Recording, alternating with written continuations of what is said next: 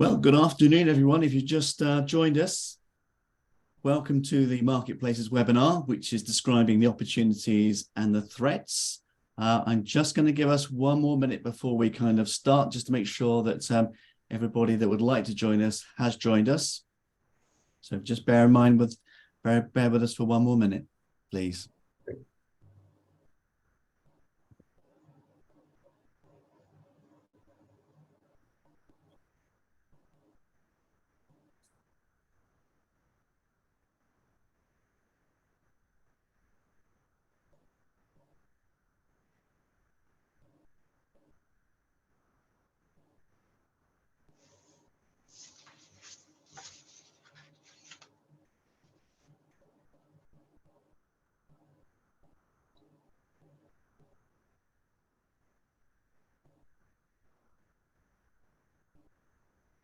Just a little longer, then we'll be underway.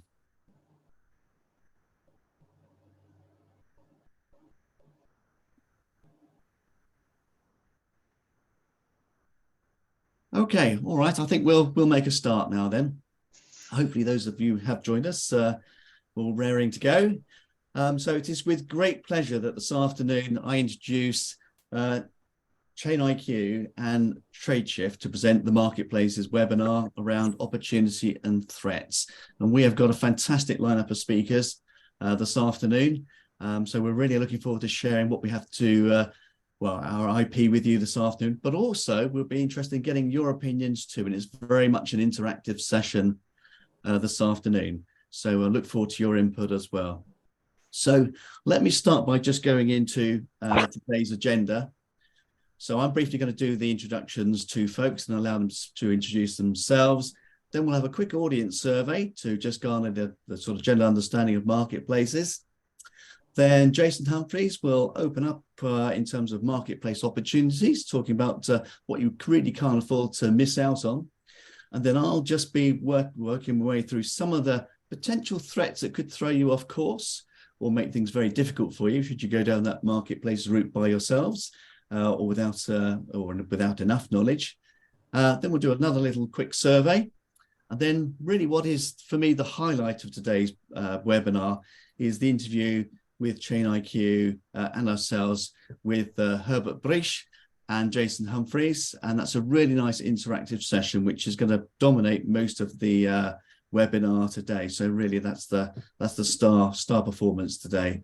We'll then sort of close off with another final survey to give us a little bit more understanding about where you guys are with marketplaces.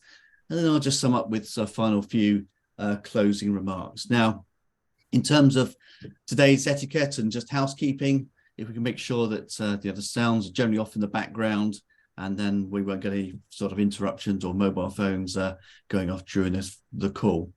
In terms of questions, we're going to do things slightly different today. We're actually going to encourage you to submit your questions online through the Q&A button on the screen. But rather than talk them through today, we thought we'd respond to you individually on a one-by-one basis so that you get the exact information that you need according to your sort of interests and any sort of conditions that you have that you'd like us to kind of explore with you. So if that's okay with you guys, that's how we'll run things today. So without further ado, what I'd now like to do is to invite our speakers to introduce themselves. So Herbert, over to you, please. Thank you very much, Daren, and thank you very much for the invitation and having me here to share some views on procurement, the digitalization, and also the marketplace in particular. Myself, 25 years in the business, long journey with digitalization. I had the opportunity to do the digital side of it, but also I was a sourcer myself. So I actually bought services and goods in big volumes. So on my journey, I think I have seen many things. Marketplaces always have been a very exciting component of that, and very happy to have the interview today with you. Great to have you with us, Herbert. Much appreciated. And Jayson, over to your good self. Thank you, Daren. Excited to share the stage with you and Herbert today. So brief on my background, over 15 years now in marketplaces. Most of that time was spent in the B2C, business to consumer type marketplaces. Spent a lot of time with Amazon, Amazon Business, with Walmart, and their infancy of launching their own third-party marketplace, as well as eBay and other B2C global marketplaces. Here at Tradeshift, really my objective over the past 5 years has been exploring ways to bring the convenience and speed and agility of the consumer type e-commerce experience into the industrial enterprise B2B space. And that's exactly what we're here to be talking about today. I'm excited to go into more depth around the opportunities that are presented for all the different types of roles and players, as well as the threats, and of course the interview with Herbert and Jane IQ. So thanks for the opportunity. Hey, thanks, Jayson. Well, just for the record, I've been in product marketing in the IT industry for just over sort of about 25 years now. And for an early part of my career, I was involved in very much in supply chain consultancy and did a lot of work with Charles Pryor, who wrote a number of books for Computer Sciences Corporation many years ago now, it would seem. I can't believe I'm sort of using that phrase many years ago, but there we are. That's where we are today. So very much involved in the whole marketplaces offering with Tradeshift. And as you might have guessed, for today, I'm generally being the host today for today's webinar, and I'll just be marshalling things along a little bit just to keep us on time as much as possible. Okay, so Jayson, I think this is going to be, well, the first is the survey question. So if we could just bring that up, please. So what we'd like you to do, we're going to run about 20 seconds once I've finished just articulating the question, just to kind of get where you are in terms of your understanding of B2B marketplaces. This is a single choice answer. So question one, what is your general understanding of things at the moment around marketplaces? Is it no understanding, a little understanding of the concept, or actually you really know all about marketplaces? So we'd love to kind of just generally just understand where everybody is at this stage in terms of their learning curve. So 20 seconds, and we look forward to receiving your answer.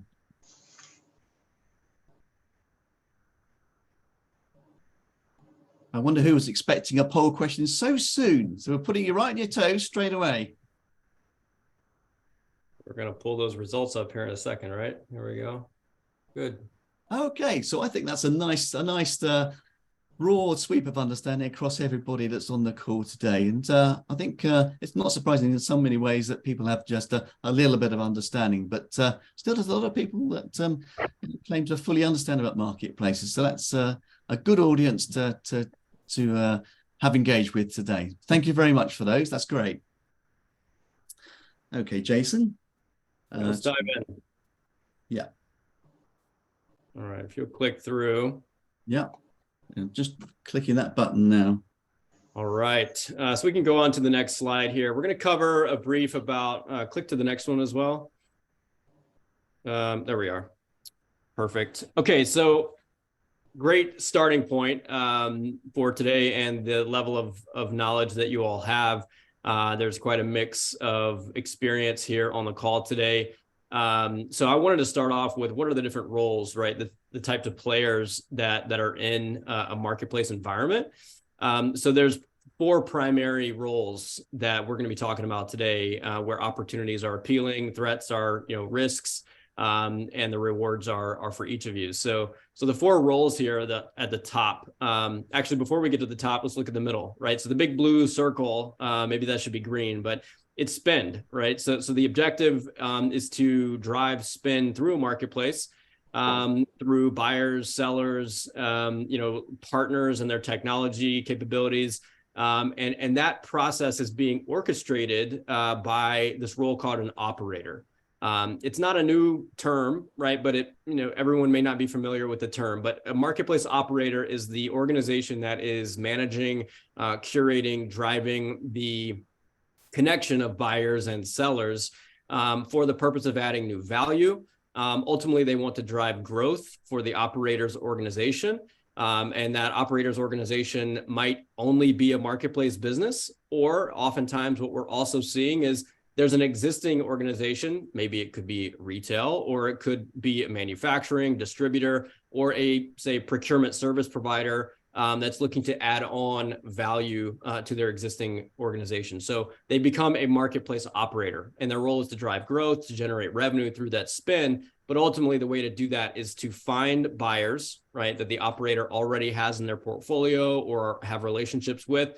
The buyers are looking to improve their purchasing power, right, drive savings, drive efficiency, but they also very much are wanting to improve the convenience and the user experience for the changing demographics of the buyers within their organization. So transactions are coming from the buyer side, of course. And then on the right is the suppliers, right? Sellers who are looking to sell more, looking to meet more customers, looking to drive a more profitable sales as well. Sellers are essential, right, in this equation, and they are publishing content being their products, in some cases also services, which, as you'll see, is an emerging area of opportunity, getting services purchased online. And lastly, the final role here, which I believe, looking at the registrations, each of you, fit one or more of these types of roles. So lastly is partners. A partner could be a service provider, someone that is helping with implementations, someone that is helping with consultation. It can also be someone like a technology provider, either a full suite of technology or a point solution that's helping optimize or augment the operation to drive spend, drive value, drive revenue. So as a starting point, these are the roles. Daren, let's move to the next area as we look into the opportunity. The opportunity is massive. If you've been on any of our content, any of our webinars, you'll hear us talking a lot about this. Tradeshift is in the enterprise B2B space. We have millions of users and companies on our network, and have processed over $1 trillion of spend throughout our technology over the years. So we see the full picture of the global spend that's happening. This is an independent study, of course, through Vantage Market Research, talking about the B2B global e-commerce market. And as you see there at the top, the compounded growth rate of 18% over the next 5 years is a massive growth rate. Anything over 10% is very, very attractive. So in this case, looking at 18%.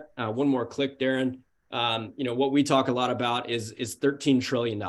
It's somewhere around 6 to 7 trillion right now, moving into the 27 trillion range globally over the next 5 years. $13 trillion is an immense amount of sales, of spend, right? And I don't want to say that this spend is being invented, that it's net new. Some of it is certainly net new, but a lot of it is just been locked up offline, right? So the spend exists already, right? But because of technology, because of the types of roles that companies can play and leveraging technology, this spend now, the 13 trillion that we talk a lot about from this study, is surging online, right? So the opportunity for organizations who are already well positioned, there are opportunities for companies that have never been in the marketplaces space that can now look to this number and the movements that are happening to capture that spend. There's a tremendous amount of opportunity to capture either a small sliver or a large chunk of that pie. So let's look a little bit further into this number and what that means for those of you on this call. So a handful of data points here. Let's take a look at the top left as a starting point. We'll hit the circles, and then we'll talk a little bit about the companies that are embracing these models. So first off, average order value, right? 35% of B2B buyers say they're willing to spend a tremendous amount of money through a digital transaction. And this is new, right? This has not always been the case. The platforms have not always been trusted. The platform's user experience have not always been good enough. And now the behavior is more and more common, more and more accepted. So average order value, I don't have this stat on me, but in business to consumer, think buying, on Amazon for your home, right, is very low, right? Less than $100 on average in most cases, right? The average order value, the price for the cart, right? In B2B, 35% are saying they're willing to spend upwards of $500,000 in a single transaction. That is massive, right? And the opportunity to put that supply in front of buyers and make a convenient purchasing experience that they're willing and able to spend $500,000, a little less, a little more on average is huge, right? So that is new and very exciting for those who are in the space. On the right there, 70% of enterprise marketplaces that have been launched or are being launched are expected to now be supporting B2B transactions, right? That looks like different payment terms, different types of payment capabilities, terms for the buyer, terms for the seller. So 70% is a very large percentage. And lastly, here on the bottom, which I think will capture many of you on this call, organizations that have mid to very high range digital sales right now are looking to become their own marketplace. And really, this is the market that we're talking to, right? This is the market that we're talking to where buyers want to be a part of maybe a verticalized marketplace, or organizations that are already serving a particular segment, geographical segment or category supply segment that's not utilizing marketplace today. We know that you are considering this, right? And we are bringing this research, also services, to help with that process, but more and more folks are moving into the vertical marketplace space. And for you suppliers and partners out there, the opportunities are immense to join marketplaces out there that are part of these percentages. So on the right, real quick, just to cover a handful of logos, these are not necessarily our customers, okay? These are, a sample pick from out in the market, right, that are embracing this model. So IBM, and I believe we have some IBMers that are on the call today listening in, but certainly embracing the B2B marketplace solution. IBM has a tremendous amount of technology that they already have, but they're also deploying B2B marketplace solution to their existing customers and the market at large. Siemens, very B2B industrial logo services, and they have adopted more of a verticalized marketplace approach. Airbus, similar, they have a vertical marketplace, very B2B, and the types of parts and manufacturing that they are bringing to the table. Accor in the hotel and franchise, and then finally Chain IQ, which you're going to learn a lot more about. So these are just a handful of logos, examples of the changes that are happening in this space, and companies that maybe traditionally were not in the e-commerce or certainly not marketplaces industry are now moving more and more into that space to crack into this 13 trillion spend that is available. So Daren, a couple more slides here. I want to just kind of describe more about the types of ways to be in the marketplace industry. There are a handful of examples that we provide here. There are horizontal marketplaces where the supply categories are going horizontally and there's a wide supply coverage, okay? So think of it as a general merchandise shopping experience, right? Amazon Business, Walmart, Alibaba, these organizations are falling into this horizontal marketplace, right? Their strategy is to provide as much content as possible, which is great, right? It's very important. It's a needed part of the ecosystem. The buying experience is quite generic. Everyone has the same, and they're appealing to more of a mass buyer, right? Kind of everyone, if you will. The next one on the right in the top is a vertical marketplace. We've talked a little bit about some of those, but the strategy here is to remain narrow, right? Have a specialization and bring the best supply in that narrow vertical of supply. It could be, there's endless opportunities and options for this, and we'll talk a little bit about it next.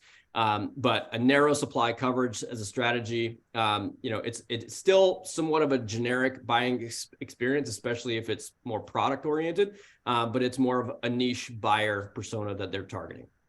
And finally, here at the bottom, there's an emergence of a combination of products and services. And the experience for services is continuing to evolve. I would say the buying experience for shopping for products is relatively commoditized now and straightforward. So everyone should expect to have that in any type of e-commerce buying solution. But those who have traditionally been in the services space are now able to bring services and make services available in marketplaces, right? So just a handful of examples. Again, not all these are our customers, but kind of a sampling from the market. IBM certainly is doing this right in the middle of this. Flexport is in the transportation and logistics space, offering products and services in a wide range of other value adds to their portfolio. Xometry is a very unique managed services organization that is a marketplace making it available for, machining companies, right, that have machine shops to bid for jobs. And it's fantastic technology and very, very niche in their manufacturing and metals and machining vertical.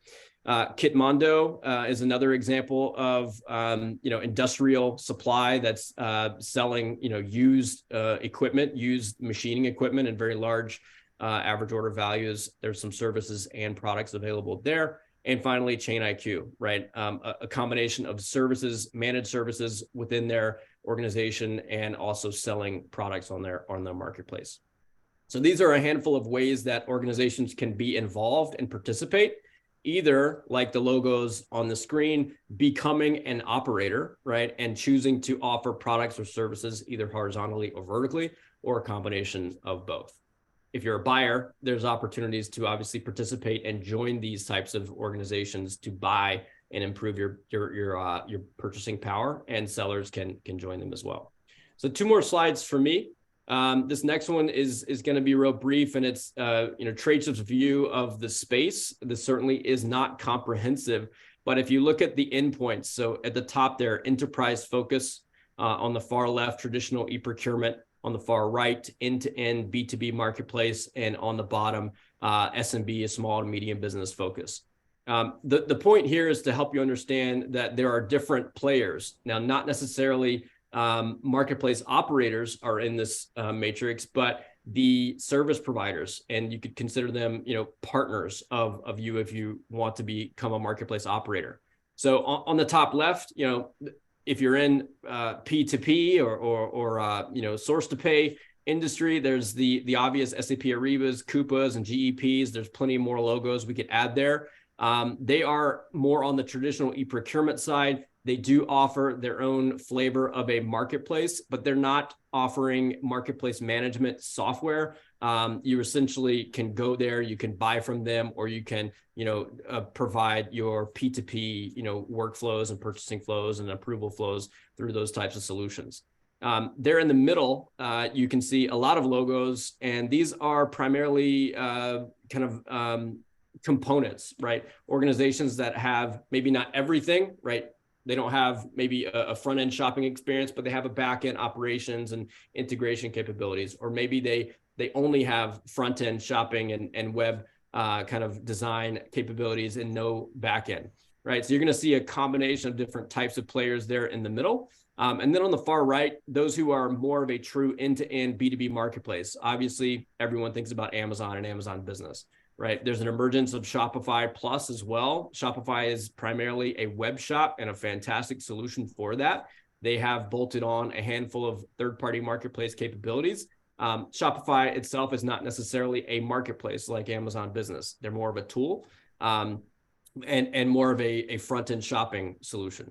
Where Tradeshift fits into all of this is really bringing a front end, bringing a back end, and offering a management solution for marketplace operators to get started from scratch and run that marketplace operation on our platform, offering buyers the ability to shop, sellers the ability to onboard, add content, manage content, and also for buyers to control their experience where they don't feel the concern to buy, anything and everything, but they can actually select who they want to see for certain types of buyers in their organization. So more on that to come, but this is kind of, a sample of providers by solution segment. And the last one here, as it relates to opportunity, thinking of products, thinking of services. If we can move to the next slide, Daren.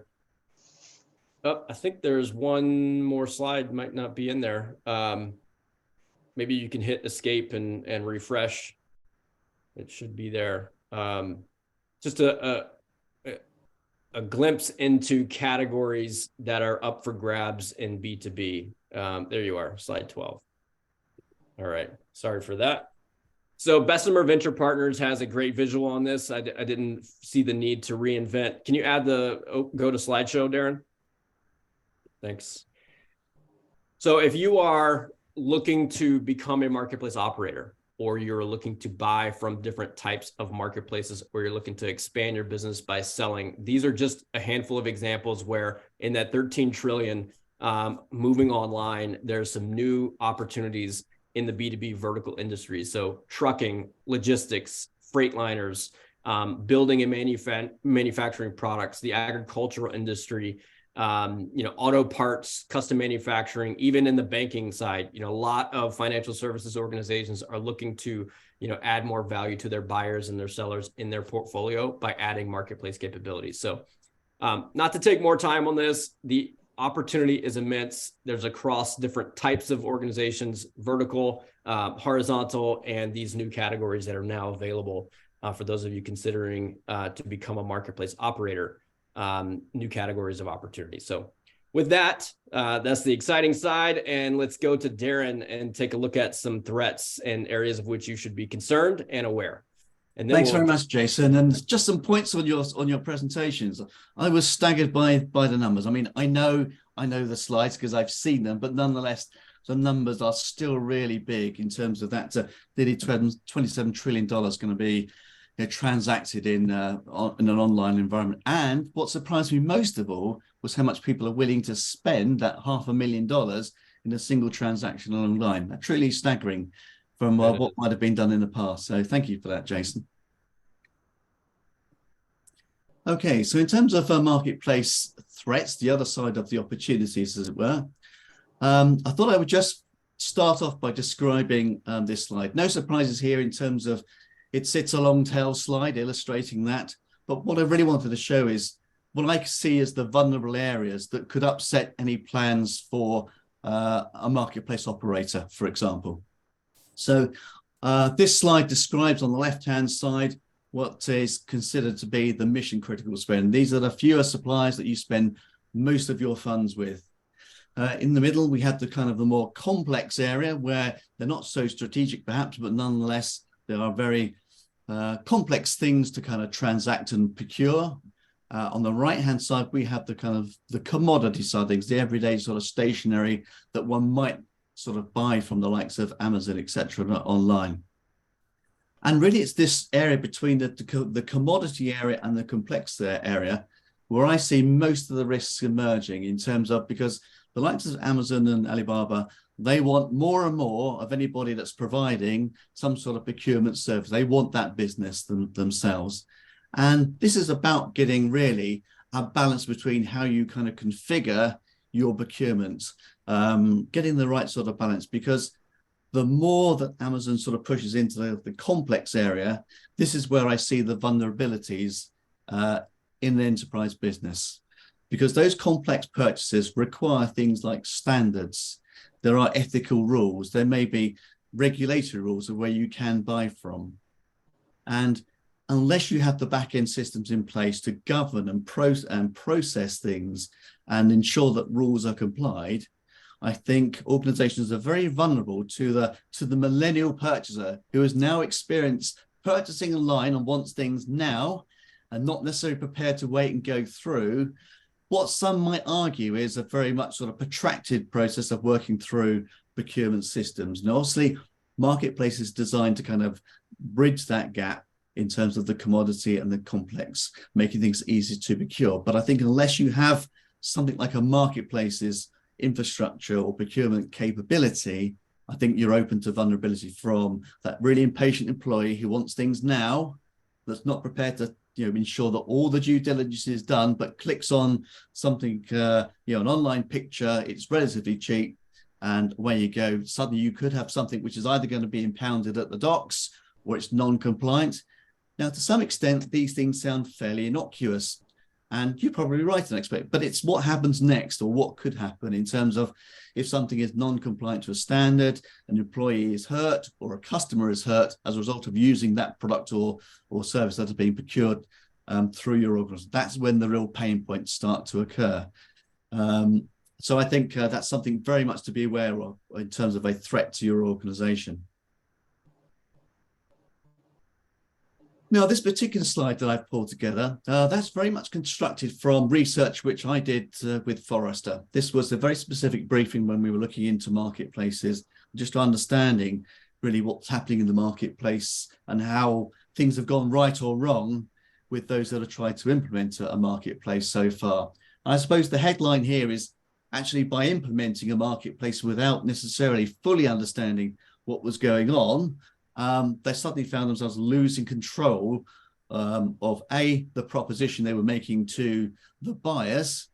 And actually, there's been some dissatisfaction on behalf of the kind of the supplier side as well. So let me just go into that. So in terms of the operator of this, both the purchaser, the buyer, has found that there hasn't been sufficient content published representing the vendors on the marketplace site. And that's led to both frustration on both sides in terms of the vendors not being able to articulate the value of their service. And instead, people are buying more in terms of price and quantity, which is very easy to do when you don't have enough information to really fully assess the capability of a service or product. And again, that makes life, or the vendor or the operator, also pretty vulnerable when it comes to any sort of comeback on the business should things not meet a certain standard or a regulation, for example. And what that's led to is really a slow and steady decline of brand trust, both in terms of the marketplace operator and also the trust between the vendors and the operator as well.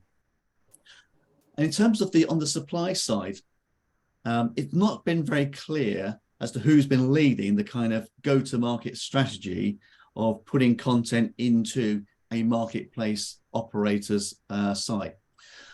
Is that on the sort of the seller side, or is it the marketing? Is it sales-led? And it's led to all sorts of confusion and pain points within the business, where you have maybe one site competing against another, and there are differences, and it causes all sorts of pain and frustration for the sales teams within the organization. And as I say earlier on, that suppliers just find it increasingly difficult to articulate value if the marketplace site doesn't enable them to do that, i.e. there aren't enough fields, there aren't enough areas where they can convey their value or illustrate it, for example. And then the next area of confusion has really been around pricing. And some organizations have said that some marketplace sites have led to what's emerged as a grey market for their goods, i.e. some of the vendors have not been able to, or some of the sellers of their own products have not been able to compete with items on the marketplace, because either goods have been shipped to go to the docks, the goods have then come back into the country or into the region, and then those goods have then come back onto the market for sale. Now, that's a very difficult thing to control. You can't always stop that, but nonetheless, it can really queer your sort of your price point in the marketplace unless you've got good controls over your marketplace. So you have to make sure that your marketplace has the capability to kind of control that to some extent.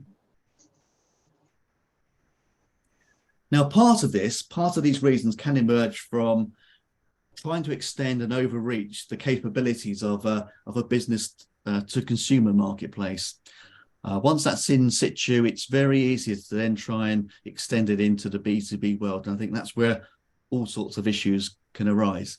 So to exaggerate and prove this point, we have the two fellows on screen here. One is being a zebra, and the other one being a thoroughbred horse. Now, when you look at it at face value, apart from the branding colors, they kind of look similar. They both have ears, they both have manes, tails, forelegs, hooves, etc. But actually, they're designed for very specific purposes. On the right-hand side, you've got the thoroughbred horse that has been evolved over really carefully and selective breeding. It's been manicured to an inch of its life. It's been nursed. It's been trained. It has a relationship with its trainer. It does a very specific function. And on the left-hand side, whilst it looks the same, it's got a very different function as being part of the process of making little zebras, but also being part of the food chain for lions and tigers, etc., on the plains of Africa. So what I'm trying to say here is really, it's very easy to fall into the trap because it's convenient. It's there now within your organization to suddenly extend the capability from a B2C to a B2B environment. And as we started to see, the complexities around business in terms of standards, conformity, the complexity of the buying process are a very different beast in terms of making sure that whatever you choose to create a marketplace for your business, you've got to make sure that you have the right tool at the end of the day. Otherwise, it's going to prove to be very difficult and very painful and it will elicit some of the pain points that I just explored in the previous slide.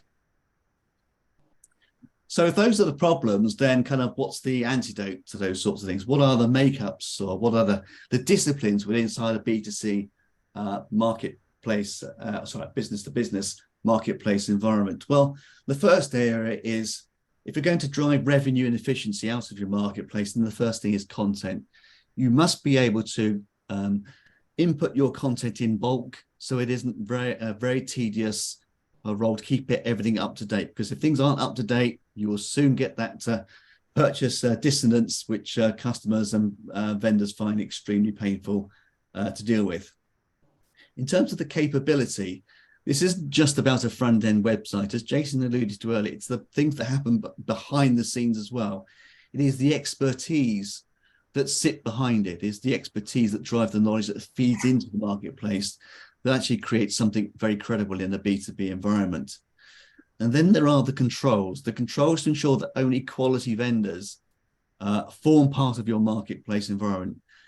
All too often, I think it's very easy for organizations to join a marketplace unless you have those controls in place. And that's where you get those vulnerabilities creeping into your marketplace, and where you can get that erosion in terms of the value of the marketplace as well. And then connection, because there's always this chicken and egg situation to creating a marketplace. You need both buyers and sellers to come together to create that environment and be able to connect and transact together seamlessly and efficiently without too much pain and integration problems. So that's a very key element to make that happen. Then there are the commercial arrangements, i.e. the ability to sort of provide the attractive commercial arrangements that make sense for a B2B customer to use your own particular marketplace. And then finally, the third discipline is that convenience of use. We now have a new generation of procurement people that are rising to the tops of their organization, that have more and more say about what is spent and how is spent. And they're used to tools. They've grown up with that sort of B2C kind of experience, like Netflix, of just buying things when they want it. And the same thing kind of needs to apply to a marketplace environment, but you need the discipline, and you need the standards, and you need the functionality that sit behind that to ensure that the quality of purchase and what's on sale and offer meets the needs of organizations today. So that I see as being the antidote to those problems that I described earlier. So I think at this point, we're now probably ready for our next poll. Thanks, Daren. All right. So question number 2, do you think marketplaces will replace traditional procurement systems? I'm very curious what everyone thinks of this. We'll give it another, 10, 20 seconds. Not sure how long it'll be there. 20 seconds. 20 seconds. All right.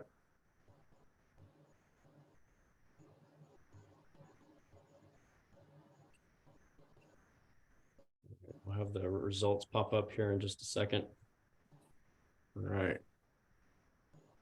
Yeah, I think that's a smart answer. I kind of agree with that one myself. Yeah, I agree. Yeah, so 36% saying, yes, it needs reinventing.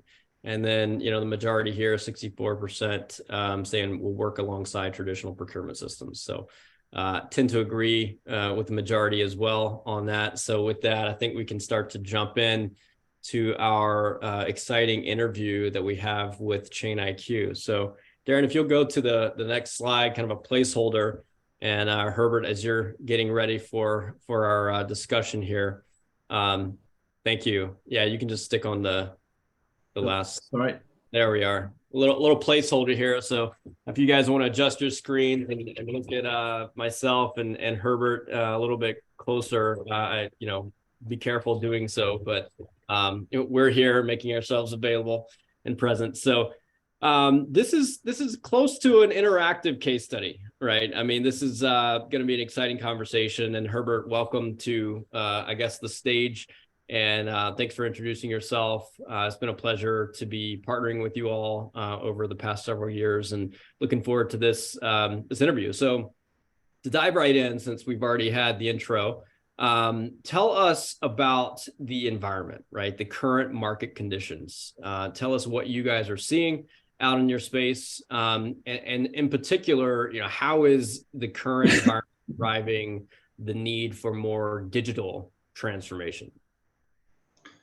Yeah, Jayson, thank you for the question. And I mean, it's a broad question, so I try to make it relevant to this discussion. So obviously, we're moving from an analog world to a digital world as we speak.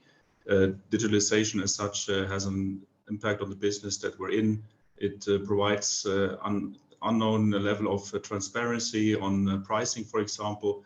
And that, together with other trends, I would like to name globalization, is driving quite an immense pressure on margins for the companies in the marketplace.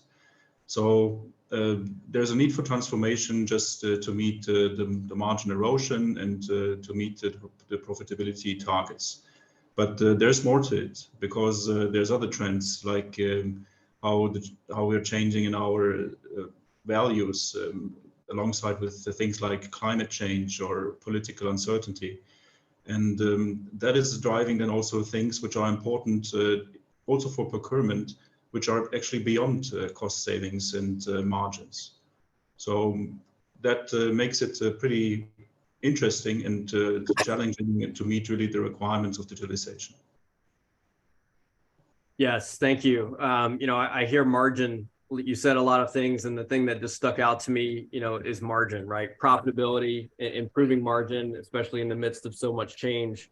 That just seems to be screaming for everyone. So, we're going to hear a little bit more about you in a few minutes, but before we hear more about the ChainIQ offerings, let's get more into this market space, right? Things like, what's driving the importance of procurement today, right? Procurement as a discipline, as a practice, has been around for many, many years. And some may look at some of the reports and maybe think it's less popular or maybe less of a need. Everyone on the call here is entering into that understanding from a different place. So, why should companies, be establishing a world-class procurement discipline? Can you speak to that? Why is that still needed in the market? 100%, it is needed. I think I need to mention that ChainIQ really is specialized in the area of indirect procurement. That procurement has moved up in the significance. I think that is clear if you think about automotive or other industries. But when it comes to indirect procurement, that so far has been maybe a bit of a neglected potential. When we speak to our potential clients, we see easily that they leave anything between 5 to 30% of their top line on the table just in the area of indirect, depending on the industry they're in. So that kind of potential is there. Wow, 5 to 30%. That's huge. Is that so? That's untapped, kind of uncaptured savings potential that you're saying you all see is left on the table whenever people, companies don't have, say, a best-in-class procurement discipline? 100%, yes. That's what we see in our business. And then since you mentioned the ambition of ours is, of course, to provide world-class procurement. That's what we're doing for a living. And then world-class procurement entails then obviously the exploration of that cost-saving potentials. So that is the pillar number one for our clients. That's what they really normally engage us for. But world-class procurement is more than cost savings. That is really value creation beyond cost savings. That is meeting all the regulation requirements of clients. That is means we bring a lot of market insights. That is, I mentioned before, the climate crisis. That also means we need to help them meet ESG targets. That ESG is environmental, social, and governmental requirements. So we also follow up on that. So by now, indirect procurement has really become a fully comprehensive value provider and is really a strategic issue to our clients. Very, very interesting. Yeah, I mean, the 5 to 30%, depending on where an organization benefits, right? I mean, going straight back to the first one, margin, that's huge. That can become capital to reinvest and to continue to grow and adapt through such challenging times that we've recently faced and expect to continue to face out of the market. So tell me, like, the leading organizations that you all are working with and see, and in your research, are companies better off to focus on their core business, and outsource, right, a procurement practice? Why are leading organizations doing that? Can you speak to some of that? Mm-hmm. When we speak with potential clients, we very often see that indirect procurement is really not their core business. And then there's a good business case to really consider outsourcing to a company like ours, ChainIQ. For us, it's core business. We do that in and out every day for us. That is our living. So we're doing that very professionally. We're doing it at scale. So we're creating also a lot of purchasing power by volume bundling. So that is also things, even if a client does procurement well, the volume bundling is something that we can provide and they cannot. So for a number of reasons, we are really proposing the outsourcing of indirect procurement to a provider like ourselves. Very interesting. Very interesting. Let's dive into ChainIQ a little bit more, right? Understanding who you all are. Can you tell us what's your unique sales proposition? What is it that you're going out and you're selling to organizations that is so attractive to companies? Yeah, number one, what our clients want in the first place is savings, and actually we guarantee that. So that's right on the coin, and so that is how confident we are about our performance and the potential in the marketplace. The next I would like to mention is actually our digital excellence. So we have really a full-fledged solution from source to pay. It is built on best of breed concept. We have an economy system of digital partners. Tradeshift is there in the first place, is a very important partner to us to provide that capability. And then I would also like to mention what is very unique for ChainIQ is that we're an independent company. So we actually do indirect procurement and we do only that. So we are not providing any services which we eventually are purchasing. So there is never ever a conflict of interest. We're totally free in the way we're purchasing for our clients. And then I would like to go on with how we integrate with our client business partners. We are where our clients are. Our locations are in places like New York, in London, in Zurich, in Singapore, and so on. That is where our clients have their locations as well.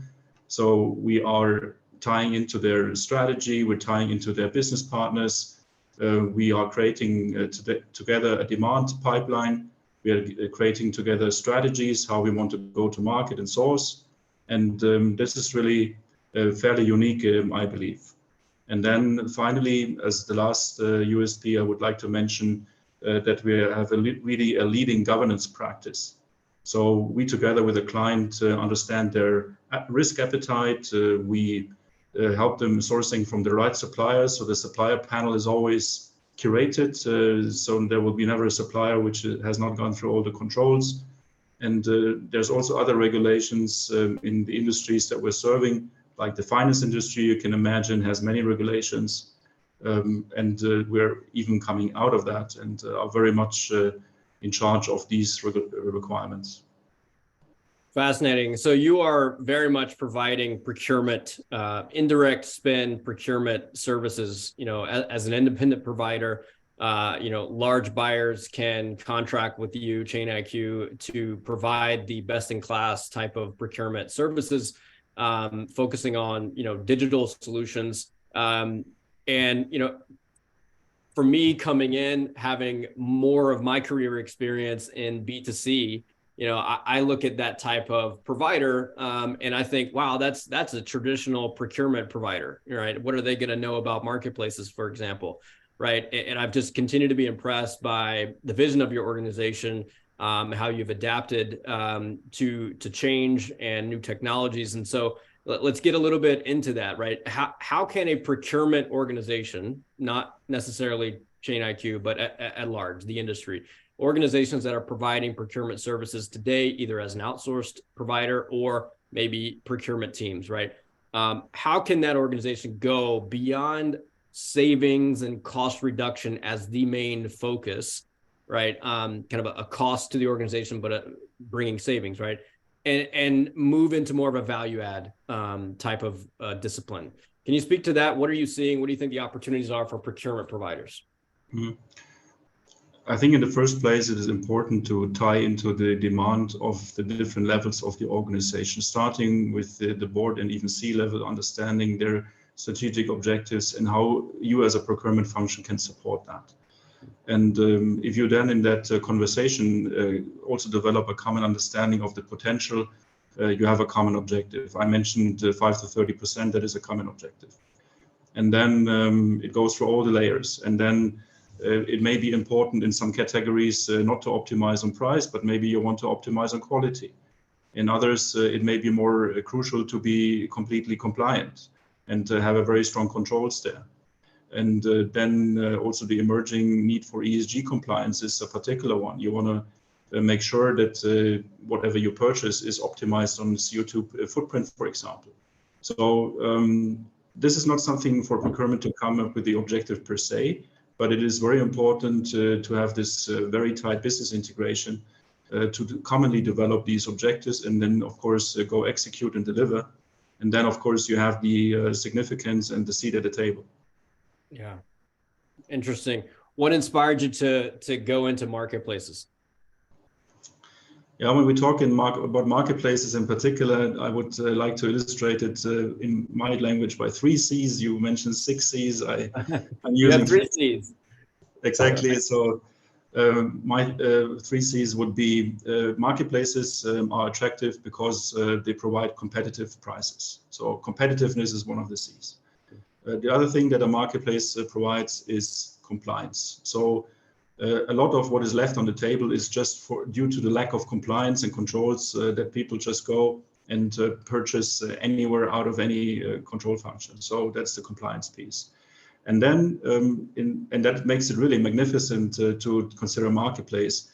Then there's also the convenience piece. And what Daren said about procurement people, that really applies to any user in a company. So any person in a company who has a requisition, he doesn't want to go to a highly complicated, bureaucratic, monolithic system and try to enter somehow an order with all the master data behind it and juggle around with that, or wait for a procurement person to come back and do it for them. So they don't want to do that. What they really want to do is they all privately purchase from, let's say, Amazon or other marketplaces. And that is the cool thing about a marketplace also in B2B, because the user experience, I mean, you said B2B and B2C doesn't compare. It actually, in the user experience, it does. So in the user experience, it is as cool as a employee to purchase something as a private person, you purchase something for Christmas. That is exactly the same splendid user experience. So it's the 3 C's. That's what we're all looking for. You know, on the business side, can an end user, right? Can a requester, log in and shop with confidence and security and meet those compliant requirements that a chief procurement officer has for their organization. And it's taken a long time, but it has been exciting to see how technology is evolving and organizations like yourself are adapting, to that end user's need, which the demographics are changing, right? The demands are changing. Everyone's familiar now with the Amazon experience, the Netflix streaming convenience, and we all want it right there at our fingertips, right? So I would even, if you allow me, Jayson, I would even add to that the B2B marketplace solution is even more convenient than the B2C, because as a requisitioner, you don't need to even pull your credit card, because all your buying credentials are already in the background, so it goes against cost center, so it's all there. So you just click through it. And the compliance is there in the background. It does not disturb the user. It's just also there. So it's really a win-win-win. Yeah, I would echo that. What I'm seeing as well with this model of having an operator that curates, right, brings in the right supply, is doing it in a compliant manner, vetting the suppliers, and then you have buyers that, can then filter through the supply on a marketplace that the operator's already provided, and then the buyer can further, create, we call them collections, but a view that if I'm an end user or requester, I can just log in and I only have a limited amount of things that I can buy. But when I need that, it's right there in front of me. And I don't, like you said, don't even need a card. All the compliance is taken care of and I just kind of click. I mean, I wish that could happen for me at home. That would be nice to have like a personal shopper. So let's, going off the rails a little bit. I think we're getting close on time, but I would like to hear a couple things like, what challenges have you experienced? And then maybe we can wrap with kind of guidance that you could offer to the audience here. So what's been a big challenge that you've experienced, moving into the marketplace initiative? Yes, it's a challenge, and I can also already say that we were able to master the challenge. So what you need for a successful marketplace is a number of ingredients. One of them is you need great technology. That is taken care of by Tradeshift, and so we're very happy that this is not an issue anymore, it's available. So thanks to Tradeshift for that. But what you also need on a marketplace is obviously the buyers and the sellers as such. And if you just start on a green field, it will be very hard. It's like the chicken and egg dilemma. It will be very, very hard to at the same time bring the buyers in as the relevant sellers and vice versa. So, and this is where ChainIQ comes in. So we already have the relationships. We have the clients, we have the sellers. So we bring them in an orchestrated way at the same time. And that, I think, is really this momentum that you need to create on a marketplace, that you really have trade, and that it is commercially interesting and successful. Agreed. So as part of a kind of a brief case study, we know that you have implemented the marketplace solution, and it's been a little bit of time now that you've done that. Can you give us a brief kind of a synopsis on how it's going so far, there at ChainIQ and your buyers and sellers? Mm-hmm. Yeah, it's maybe also worthwhile to just briefly explain that we have a certain segmentation of the marketplace. So we have a consortium marketplace, we have a private marketplace, and we have public marketplace. And I use one example to illustrate that. If you go on the public marketplace and you buy a smartphone, nice smartphone, you may pay $1,000 per unit because you only buy one. If you go on the private marketplace, that is already where we have some sourcing and we have already some preferential prices based on volume, then you may only pay $900 per smartphone. And then on the consortia, where we're really having even bigger volumes, I mean, more stricter assortment, but even bigger volumes, you suddenly pay maybe $700 or $800 for the same smartphone. So, and this is how it goes. And why do we have the free? Why we not only have the one? Because the assortment and the numbers of buyer sellers is more restricted on consortia. It's a one-to-one relationship on the private, and then you need the public to complete always that you always have a positive buying experience. So whatever you wouldn't find on consortia and private, you would finally find on the public marketplace. So, and that I think is also worth to mention to describe the success. So it has to be also holistic. You have to have a certain strategy behind it to fulfill all the requirements of the 3 C's that I mentioned before. I continue to be impressed by your ability to deploy all 3 of those. And I know, Tradeshift is playing a key role in that, but as an outsourced, independent procurement service provider, and now you're able to layer in marketplaces in different types of ways, right, to your different types of customer needs, is really interesting. And we have loved seeing the response that you're seeing and the early success with those.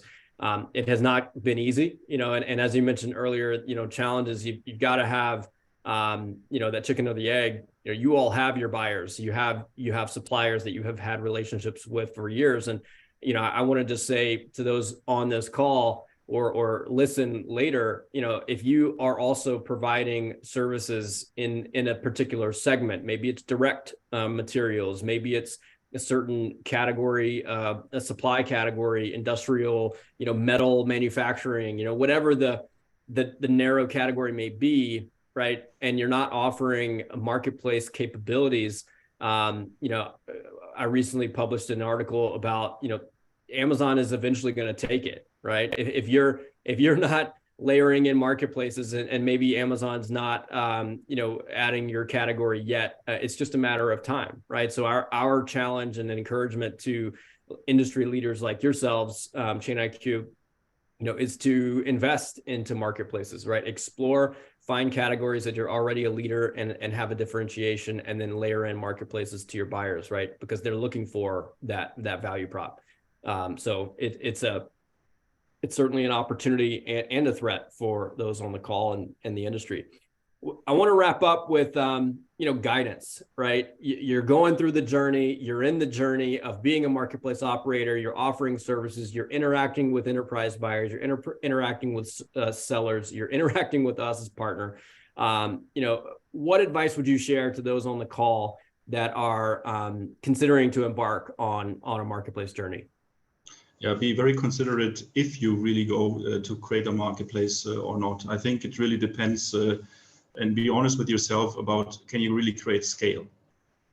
Marketplace is about scale. So if you have the scale, it may be a good idea to go and do that. If you not have the scale, then I would rather recommend to join one of the existing marketplace. Happy to talk with you. So that's that we are there to support.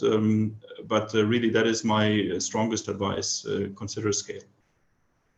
It is a journey, and I've seen it over 15 years. The marketplaces who last have that buy-in, at the very top of the leadership structure all the way to the bottom, right? They have a cultural belief that marketplace is the way to go. They allocate resources accordingly. They invest and they do the right things, right? Which is a whole other webinar. What are the things you got to do to be successful as a marketplace operator? Maybe that's what we'll do next. But you all are doing it. We have thank you for your time, Herbert, and your guidance that you share, not only for your own benefit, but the broader industry audience that's here represented on the call. So with that, we're going to start to wrap up. We have one more survey poll for those of you who are on the call still. I want to pop that up, and I think then maybe Daren can join us one more time for some closing remarks. And after that, we'll see you online and on LinkedIn and email, and hopefully some demonstrations that we'll have with those of you on the call in the near future. So if we can get the next and last survey, we will start to wrap this up. There we are. What do you think are the major challenges to progress a B2B marketplaces project? A couple of answers there. The buyer adoption, is it getting critical mass for seller adoption, both of which certainly are challenges? Or lastly, achieving participation of buyers and sellers at the same time. That's quite the orchestration of activities that need to happen at the same time. So let's see what everyone says. Resounding agreement. What do you think about that, Herbert? No, it's absolutely spot on, I would say. That's a great result. Yeah. Those who are looking to become a marketplace operator need to have the ability, a discipline in-house to do this orchestration. And I would also say need to have relationships already, right? You need to have relationships with the buyer, multiple buyers, or at least an anchor customer, right? That's going to help you open up your shop and then, add more value because that first handful of buyers, handful of sellers are going to work very closely together for a while to start to build the value and realize the value and then ultimately create a critical mass for more buyers and sellers. So it is an orchestration activity. It does take time, but certainly the margins continue to show marketplaces can offer better margins and drive digital transformation value to all the constituents, partners, buyers, sellers, marketplace operators as well. So with that, I'll stop. Daren, is there anything else you wanted to add?